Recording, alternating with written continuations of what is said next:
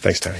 Well, the email scandal is just the latest in an inglorious history of fakes and hoaxes in Australian politics. More often than not, history shows it's the party seeking political capital from the hoax that gets burnt. David Marks reports.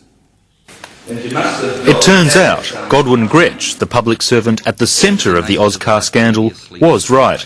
There was an email.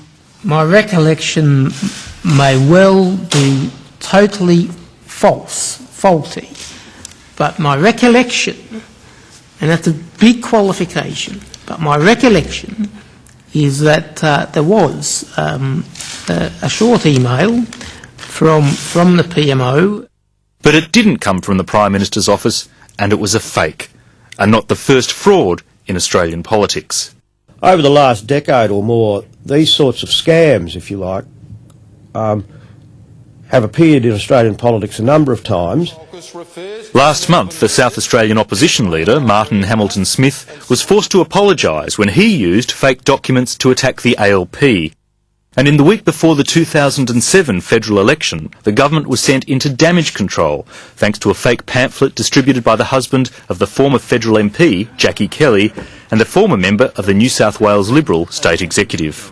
What we have learnt regrettably from those who laugh so loudly at this point is that the Liberal Party on the question of deceptive information has historical form. This is the Liberal Party that gave us children overboard. It is the Liberal Party that was so active in the field in the Lindsay electorate on the eve of the last election and most recently in South Australia. But it's not only Conservative politicians that have been taken for a ride. This brown envelope which came into my office.